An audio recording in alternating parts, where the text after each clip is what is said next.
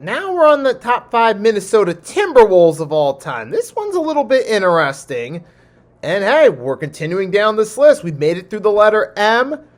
Now we're on to N, starting next with the New Orleans Pelicans, starting when the original Charlotte Hornets moved to New Orleans, to when they had to sell the rights back to Jordan, and now changing their name to the Pelicans. That's going to be the next one on this list. And then after that will be the New York Knicks. And then we get to O, OKC Thunder, Orlando Magic. But let's get right to it. The top 5 Minnesota Timberwolves of all time. Now, the Timberwolves don't have a proud long-term history. They've had their proud runs and had their proud moments. And some of the players from those times will be thrown on this list. Let's start off with a few honorable mentions. We'll go with Sam Cassell. Now, he was generally a role player throughout his time in the NBA, but he's best remembered for being a role player and playing with Kevin Garnett. During the KG era, the best team years came during the mid-2000s with KG, Sam Cassell, and another honorable mention, Wally Szczerbiak. They were kind of like a little mini Big Three in Minnesota. They did end up making a run to the conference finals in 03-04. Garnett was the regular season MVP. And during that stretch, mid-2000s, they were in contention with Kevin Garnett leading the way. Those are two guys that were good role players, at least worth acknowledging. And the last honorable mention for this list, I'm actually going to go... let me check. One more I'm missing. I'm going to go with Andrew Wiggins. He did have a decent flash early in his career during the rebuild in the late 2010s. They did make the playoffs behind Jimmy Butler. Unfortunately, that didn't pan out too well for Wiggins and Cat playing with Jimmy, and it didn't work out well for the organization. But we're not going to get into that. But Andrew Wiggins had a bit of a decent spark. He's at least worthy of acknowledging. Now on to the top 5. Starting with number 5, I'm going to go with Kevin Love. Now, Kevin Love at his best individual years early on in Minnesota. The team didn't get very far. It's a shame he didn't have much help around him. Now, he put up good statistics, but in the long term, Kevin Love wasn't the right number 1 guy. He was better suited as a 2 or 3 guy, as seen during his runs in Cleveland and Miami. But he was a good enough number 1 guy to at least up his trade value and eventually get out of Minnesota. And he at least gave the Timberwolves fans a little bit of hope. He played well statistically. He was one of their best players, but unfortunately didn't have much help as a team, but at least worthy of acknowledging as one of the better Timberwolves players. Now, moving on to number 4. Let me double check.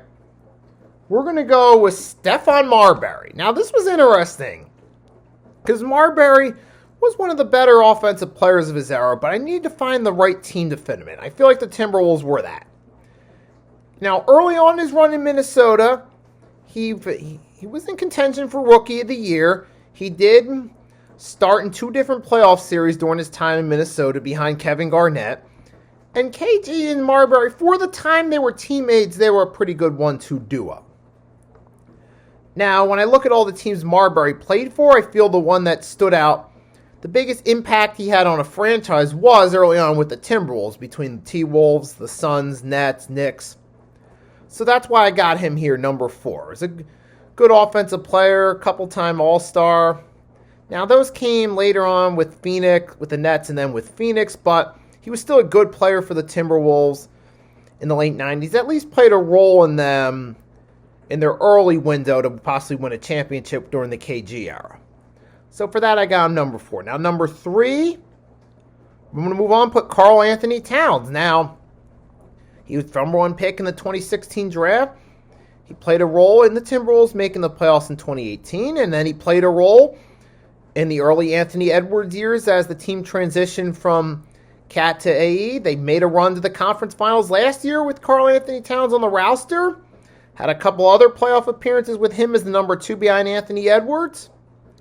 So, he still is one of the better big men, a solid shooter for his size. Now you see with the Knicks, he's really found his niche, but it was those early years in Minnesota. He was one of the better players in their franchise history, where he made a couple all-star teams and his trade value went up because of it to where he's at now.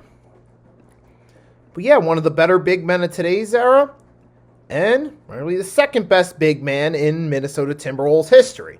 Now, number 2, I'm going with Ant-Man Anthony Edwards. With all due respect to Karl Anthony Towns, as soon as Edwards took over as the number 1 guy, the team went to another level. The team had some success under Cat, but they were never really contenders. It was during that era where Anthony Edwards and Cat were teammates that the T-Wolves actually worked their way into contention, with Edwards leading the way. And he has a case for potentially being the future face of the league. He's got a likable personality. Now, if he can just tone back on some of the stupid comments he makes and some of the trolling that he does, maybe he could take that next step and they could become contenders one day down the line. But Anthony Edwards, man, potential future face of the league, really talented player, great offensive player, can dunk, he can shoot.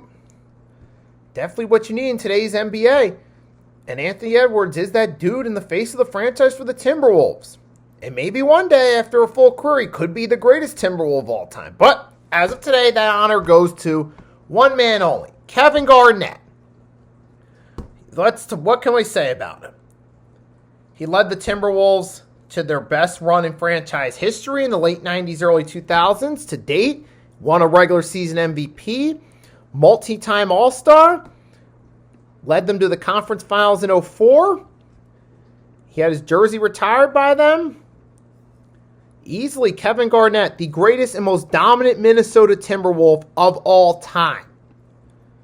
And then when he went from Minnesota to Boston, who had some solid pieces around them, what did Boston do? In a situation with a solid team, they went from good team to champions. And Kevin Garnett was a huge, integral part of that. And in Minnesota, he was a huge part of their success in the early 2000s. Unfortunately, they couldn't get over the hump. The team started to fizzle out in the mid-2000s, and Garnett was traded. But for the time he was there, he dominated. Now, a lot of us consider Tim Duncan the greatest power forward in NBA history. But some people try to argue that if Duncan and Garnett traded teams, that KG could have been the greatest power forward of all time. Some think he may have been more dominant. Now, you don't hear that often with Tim Duncan. You don't hear people question often say, oh, I bet you if this player was on the Spurs, they'd have been considered the GOAT of power forwards. Kevin Garnett's one of the few power forwards that gets that recognition. We'll never know if that's true or not. If Garnett and Duncan switch teams, would KG be considered the GOAT of power forwards? That's just only speculation. But the fact that Kevin Garnett actually gets that brought up about him and people actually question who was really better, that speaks volumes of how great Kevin Garnett was as a player. Because very few people question whether or not try to pose challengers for Tim Duncan's claim as the greatest power forward. And Kevin Garnett's one of those few centers that gets that. Or power forwards, excuse me. But yeah, easily the greatest Timberwolves of all time. No questions asked. That you cannot challenge. So that's my list. Top 5 Minnesota Timberwolves of all time. You guys comment. Let me know who you have as your top 5. Make sure to also drop a like and subscribe for more content. Coming up next, we're on to the letter N, starting with the New Orleans Pelicans. So stay tuned for that.